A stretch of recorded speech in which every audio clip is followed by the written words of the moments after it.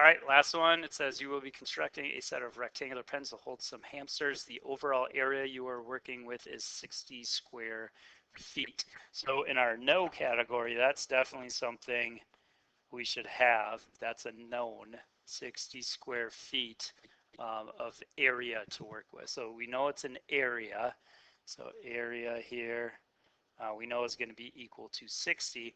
We got to come up with an equation first, though, and then set that equal to 60. So what's the total area of this?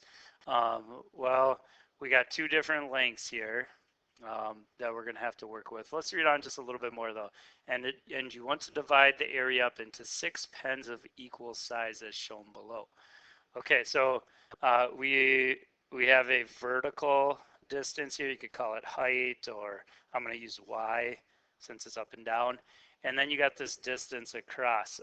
We could call this whole thing something like x, but since they're being divided up equally, I think it might be in our best interest to call each of these individual ones something since they're all the same. Let's call all these x. So each one of these going across here is all the way through is x there. So what would the area be? It would be the length times width, and in this case, our base times height, however you want to call it. Our distance across there would be 6 of those x's, and our width or height here is y. And so it looks like our area is going to be 6xy. So we got that, and then we know it's equal, that area ends up being 60. So 60 equals 6xy. So that's our no. Next, let's figure out our show here. What are we trying to find out? It says the cost of the outside fencing is $10 a foot. The inside fencing is $5 a foot. Find the exact dimensions that will minimize the cost. So here, right here, minimize the cost? What is the least cost? What we're trying to show here is a cost. So I'm going to use C for cost. What's the cost of making this? So we got to come up with a cost equation. Outside fencing's $10 a foot. Outside fencing's 10, and then inside fencing is 5. So what we have to come up with here is what's the outside going to cost? Inside. Let's start with let's go inside first. How many inside things do we have? 1, 2, 3, 4, 5. So we got 5, and those are y lengths. So we got 5y, and those are going to cost, they're inside, so $5 each. So 5y times 5. The outside lengths, what do we have for outside lengths here? Well, we're going to have 1, 2, 3, 4, 5, 6, and then another 6 of these x's below. So we're going to have 12x plus, we also got 2 y's on the outside, so 2y. And those each cost 10, so times 10 for the outside cost. So there's our cost equation. Our goal is to minimize that. So eventually we want to take a derivative of what's in our show there. Let's try to simplify it first. So our cost equation, if we simplify, is 25y plus, also got to distribute here, so 120x plus 20y. And I'm going to go one step further and even simplify that one more. 120x plus 45y.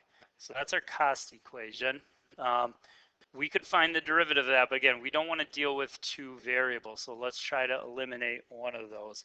It doesn't matter. But how we're going to eliminate it is back again over here with what we know. So let's solve that for one of the x or y's. We've seen in a few of these problems, there's an easier one sometimes. Here, I don't think there's necessarily an easier one. They're both going to be equally easy to solve for. I'm going to divide by 6 first, making that 10. And then it's up to you which one you want to solve for. Let's maybe just go y here. It doesn't matter. So y would equal, if we divide by x, 10 over x. So everywhere we got a y here, we're going to plug in 10 over x in place of that. So now our cost equation becomes 120x plus 45, get 10 over x, And so our cost equation becomes 45 times 7 is 450 over x, or I'm going to write that as 450x to the negative 1. That's just going to be a little easier for finding our derivative. All right, so now let's find that derivative, because that's how we find maximum or minimum here. So derivative would be 120x, just 120 would be the derivative of that. Bring down our power of negative 1 here, so minus 450, new power is one less, so negative 2. Anytime you want to find minimum or maximum, in this case minimum, put it equal to 0 now and solve. I'm going to move this back down now to a denominator. I'm going to add that over to the other side. Let's times by an x squared, because it's in the bottom. Let's divide by 120. So if we go 450 over 120, I know those, if we could, 10 goes into both those, so we could do that. Also, it looks like 3 would go into each of those, so 3 would go into 45 15 times. It would go into 12 4 times. So it looks like x squared equals that, and then to get the answer, square root, so x is going to be plus or minus square root of 15 fourths, or that would be the same as square root of 15 over 2. So which one here is the maximum? Remember, we can find maximums by doing our second derivative test. We know it's going to end up being the first one because you got to have an actual positive physical length there. But again, just to show it in case the question asks you to make sure you show that it's a maximum, find the second derivative, which here, if we do our power rule, bringing down the 2 is going to make that 900 x to the negative 3, or that's the same as 900 over x cubed.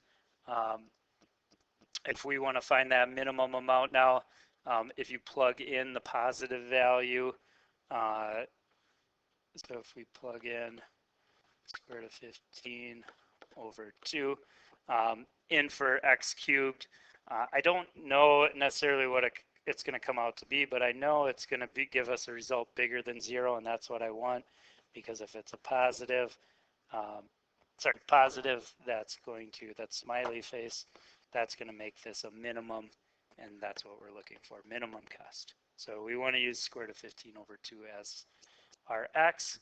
What's that mean our y is going to come out to be? So our y here then would come out to be 10 over square root of 15 over 2, or if we multiply by a reciprocal, that's going to be 20 over square root of 15. So that's our y. I believe they do want us to find the actual minimum cost here. Yeah, what is the least cost? So now we got to plug both those values into our cost equation. The easiest place to do that would be this simplified cost equation we got to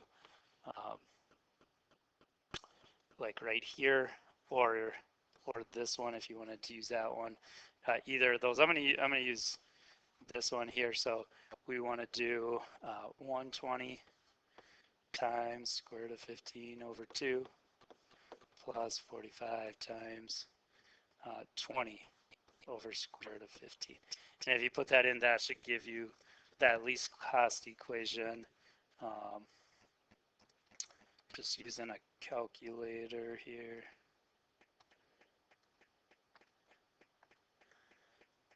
Looks like it comes out to be